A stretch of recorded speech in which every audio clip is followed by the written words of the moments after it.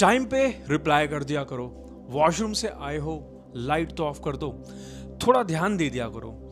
ये सब सिर्फ लाइंस ही नहीं, बड़े बड़े गृह युद्ध की एक छोटी सी चिंगारी है।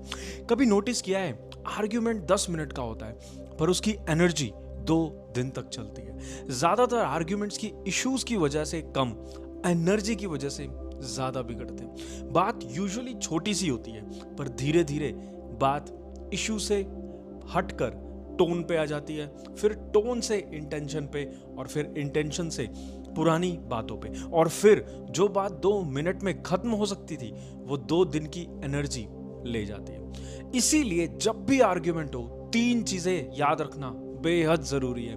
पहला, ऑब्जेक्टिव। इशू क्या है, आखिर मैं आर्ग्यूमेंट कर क्यों रहा हूं या रही हूं। आर्ग्यूमेंट स्टार्ट होने के 10 सेकंड बाद ही खुद से पूछो, हम सॉल्व क्या कर रहे हैं। क्योंकि बहुत बार हम प्रॉब्लम सॉल्व नहीं कर रहे होते, हम बस for the sake of argument कर रहे होते हैं। देखो, बात सिंपल है, ये सभी इश्यूज ऐसे नहीं है कि बिल्कुल बेमतलब होते हैं। कई बार जेन्युइन इश्यूज होते हैं जिनके लिए आर्ग्यूमेंट्स होती है। इसीलिए आर्ग्यू कर क्यों रहे हैं ये डिफाइन होना ज्यादा जरूरी है। दूसरा, कॉन्क्लूजन होना चाहिए। हर आर्ग्यूमेंट का एंड क्लोजर पे होना चाहिए।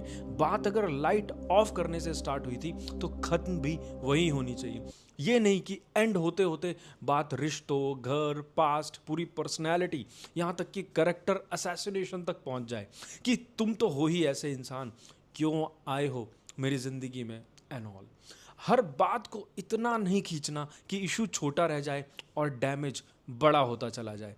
तीसरा, सबसे बेहद जरूरी, आर्ग्यूमेंट खत्म मतलब आर्ग्यूमेंट खत्म, एंड। उसके बाद उस एनर्जी को पूरे दिन कैरी नहीं करना, क्योंकि हर डिसएग्रीमेंट पूरे मूड का हकदार नहीं हो सकता। कभी कभी बात से ज़्यादा ज़रूरी होता है ये याद रखना कि ये इशू कितना इंपॉर्टेंट है, ये रिश्ता कितना इंपॉर्टेंट है, और सबसे ज़्यादा मेरा पीस कितना इंपॉर्टेंट है। हर बात रिएक्शन डिजर्व नहीं करती, कुछ बातें सिर्फ रिजोल्यूशन डिजर्व करती है। और दोस्तों, जिंदगी में कुछ जंग हार जाना ही जीत होता है। इस वीडियो को शेयर ज़रूर करना, क्या पता किसी को ज़्यादा ज़रूरत हो आज इसकी।